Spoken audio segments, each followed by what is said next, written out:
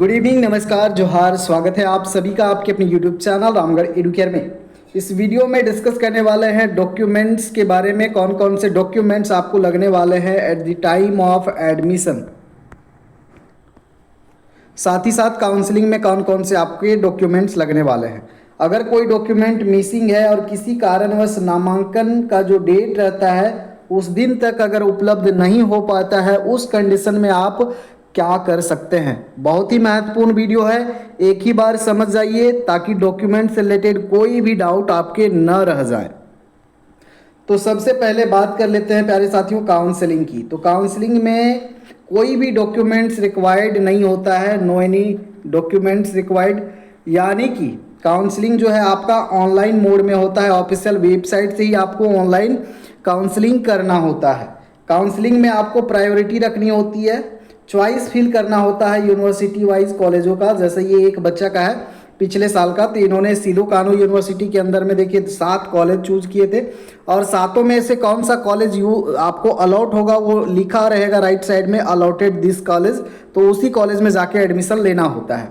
अब यहाँ पर नंबर ऑफ यूनिवर्सिटीज़ जो है आप अलग अलग भी रख सकते हैं। रांची यूनिवर्सिटी के भी 4-5 कॉलेज रख सकते हैं अगर बहुत कम चांस है तो इस तरह से आपको प्रायोरिटी देखिए। जैसे जो जो कॉलेज में आवेदन करेंगे, जैसे देवसांगा में आवेदन करें तो यहाँ भी आपका CML और कैटेगरी रैंक के बेसिस पे मेरिट बनेगा और वहाँ चयन होगा। अगर यहाँ नहीं मिला तो दूसरा में, तीसरा, चौथा, सब जगह आपका रैंक के आधार पर तैयार किया जाता है हर एक कॉलेज में मेरिट, और उसके बाद में वहाँ जो सिलेक्शन होता है उनका अलॉटमेंट लेटर दिया जाता है।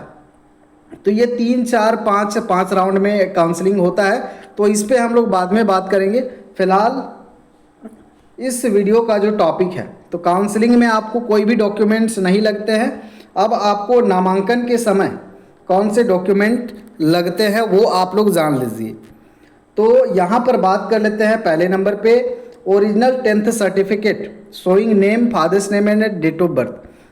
कहने का मतलब है मैट्रिक का, आपका 10th का, 12th का मार्कशीट होना चाहिए, साथ ही साथ एडमिट कार्ड। ये दोनों मोस्ट इंपॉर्टेंट है, एडमिट कार्ड और मार्कशीट 10th 12th का।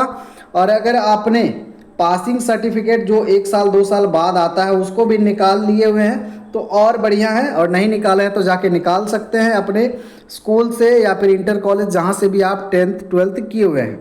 अगर नहीं भी है तो मार्कशीट और एडमिट कार्ड दोनों से काम चल जाता है। प्रोविजनल सर्टिफिकेट भी आप इसमें रख सकते हैं, मार्कशीट के साथ में ही प्रोविजनल सर्टिफिकेट मिलता है। अगर आपके पास पासिंग सर्टिफिकेट नहीं है तो प्रोविजनल से भी काम चल जाएगा। तो एडमिशन के दिन में ये जो है आपके ओरिजिनल भी लेके जाने हैं, जितने डॉक्यूमेंट्स बताएंगे उसके ओरिजिनल भी लेके जाने हैं, और सेल्फ अटेस्टेड कॉपीज यानी कि जेरोक्स कॉपी भी 2-2 कॉपी, हर डॉक्यूमेंट का 2 जेरोक्स लेकर के जाना है। तो जेरोक्स का अलग रखिएगा और ओरिजिनल अलग रखिएगा। ओरिजिनल सिर्फ देखेंगे कि हाँ वास्तव में आप सही कैंडिडेट हैं कि नहीं, जेरोक्स और ओरिजिनल मिला करके। 10th 12th का हो गया। अगर ग्रेजुएशन के बेसिस पे आपने आवेदन किया हुआ है तो ग्रेजुएशन का लास्ट सेमेस्टर या लास्ट ईयर, ईयरली वाला अगर किए हुए हैं तो लास्ट सेमेस्टर या लास्ट ईयर का आपका चाहिए एडमिट कार्ड, और कुछ नहीं, एडमिट कार्ड और मार्कशीट, एडमिट कार्ड और मार्कशीट। ठीक बात है।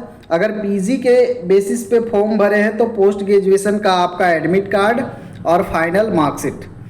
ठीक है, तो ये हो गया आपका सर्टिफिकेट। साथ ही साथ जिस कॉलेज में लास्ट टाइम आप स्टडी किए हुए हैं या फिर यूनिवर्सिटी से किए हैं तो वहाँ का CLC, कॉलेज लिविंग सर्टिफिकेट।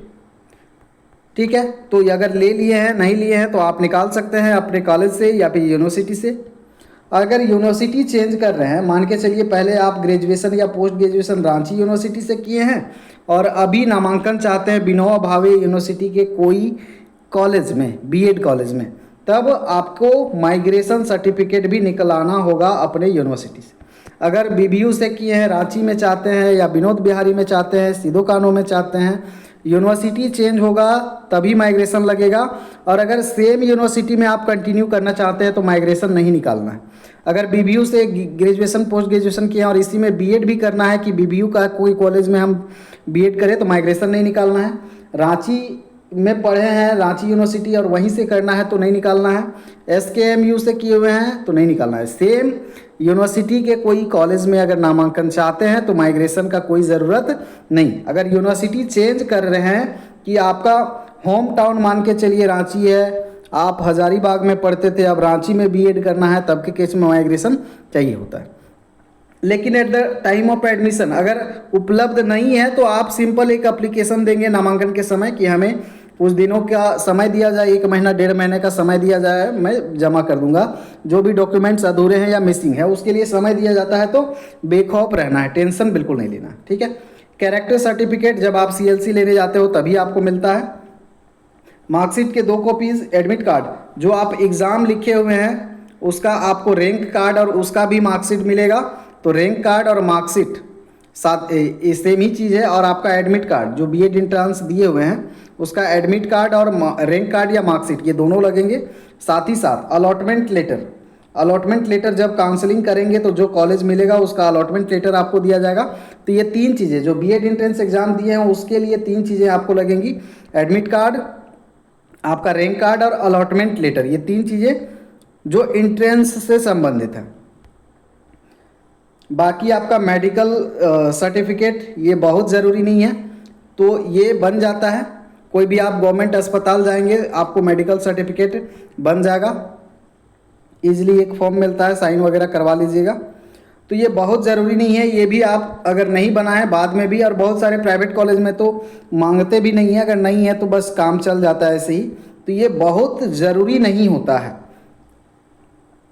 और रिसेंट साइज फोटोग्राफ्स आपको यहाँ 2 लिखा हुआ है तो आपको 4 फोटो लगना है, 4 आप ऑलवेज कैरी करें, 4-6। अगर रिजर्वेशन के बेसिस पे आपको कॉलेज अलॉट हुआ है और आप झारखंड से बिलोंग करते हैं तो जिस भी जाति के हैं उसका सर्टिफिकेट आपको लगेगा, ST SC BC 1 BC 2। EWS के बेसिस पे अगर भरे हैं तो EWS लगेगा।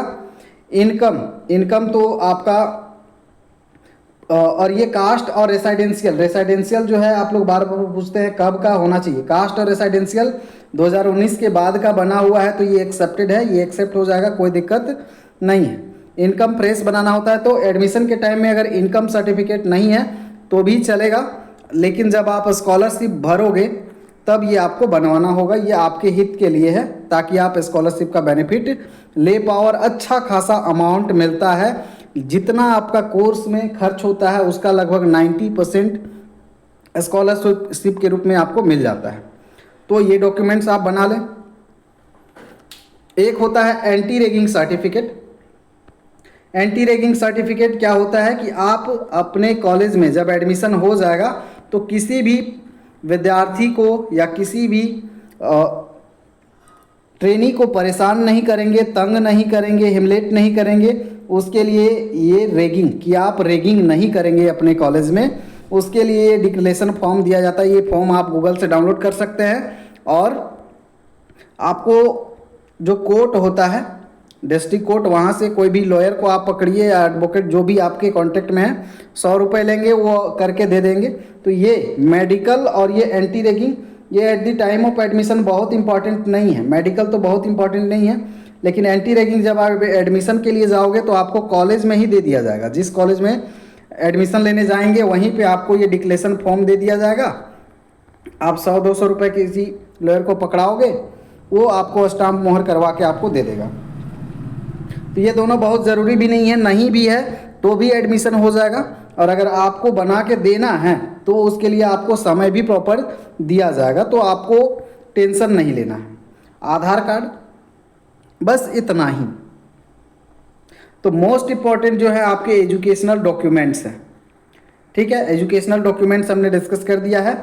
और अगर कैटेगरी से बिलोंग करते हैं ST SC BC 1 BC 2 या EWS से, तो इसका सर्टिफिकेट और रेसिडेंशियल सर्टिफिकेट ये बहुत ज़रूरी है, साथ ही साथ CLC, तब आपको एडमिशन में कोई भी दिक्कत नहीं होगा। और इनमें से अगर कोई डॉक्यूमेंट मिसिंग है तो भी एडमिशन हो जाएगा। आपको एप्लीकेशन देना होगा और एक समय सीमा लेना होगा कि हमें इतने दिनों की मोहलत चाहिए, इतने दिनों में मैं डॉक्यूमेंट जो है जमा कर दूंगा। और ये डॉक्यूमेंट्स को आप तैयार करना शुरू कर दें। बाकी काउंसलिंग का अपडेट आपको जल्दी ही मिलने वाला है। और भी कुछ डाउट्स हो तो कमेंट सेक्शन में आप लोग लिख सकते हैं। कोशिश किया हूँ डॉक्यूमेंट्स के रिगार्डिंग आपके जो भी डाउट्स थे क्लियर करने का। बाकी मिलते हैं अगले अपडेट में। धन्यवाद।